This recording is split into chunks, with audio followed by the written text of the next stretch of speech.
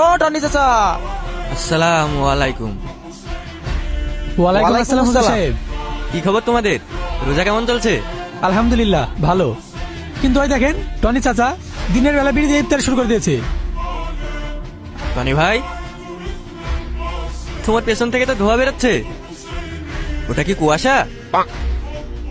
না মানে হুজুর, আমার খুব গ্যাস হয়তো তাই।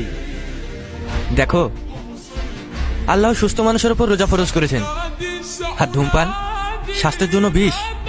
আর ইবাদতের মাসে তো এটা আরো বড় অন্যায়। রোজা মানে শুধু না খেয়ে থাকা নয়, নিজেকে সংযম করা। কাল থেকে তোমাকে মসজিদে দেখতে চাই, আর বাকি রোজাগুলোও রাখতে হবে। মরা মানুষের মতো শুয়ে আছো কেন? ওঠো। বকিসনি তো, কথা বলে এনার্জি লস। পেটের ভিতরে বিশ্বযুদ্ধ চালু হয়ে গেছে। আহারে, আমার সোনা জাদুটার কত কষ্ট। যাও তো বাইরে গিয়ে কাঠগুলো চিড়ে দিয়ে এসো, ইফতারে রান্না করতে হবে। আশেপাশে তো কেউ দেখছে না, একটা মিষ্টি খেলে কি বাগুনা হবে আর কেউ বুঝতে পারবে না। যাই।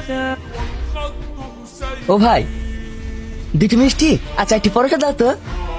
পরোটা? ভাই, এই দুপুর বেলায় পরোটা কোথায় পাবেন? রসগোল্লা আর গরম গরম গজা মিষ্টি আছে, খাবেন? দাও দাও, ওইটাই দাও।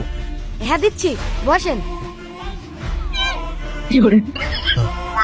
ভাই, আপনি 3 দিন ধরে না খেয়ে আছেন না? আপনার পেটে রাক্ষস ঢুকছে? চুপ কর তো। চিরে বন্ধু, কি করছিস?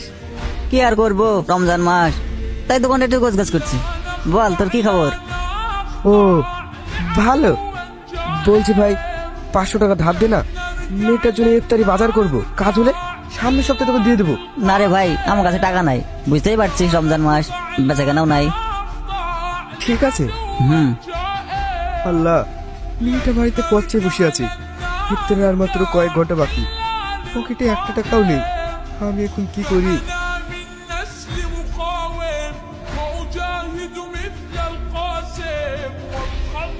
এই এই দাঁড়া, চোর চোর চোর। সাব্বাস বন্ধু, একবারে বাঘের মতন ধরেছিস। এই, লজ্জা করে না? এই পবিত্র মাসে চুরি করছিস?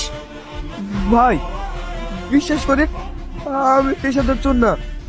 আমার মেয়ে প্রথম রোজা রেখেছে, তাই আমাকে ছেড়ে দেন। আরে এসব চোদ্দের একই কথা, ধরা পড়লে দুঃখের কথা শোনাবে। মার লাগালে না সব বেরিয়ে যাবে। মার। না ভাই, আমার মেয়ে সকালে বলেছে, আব্বু ইফতারের জন্য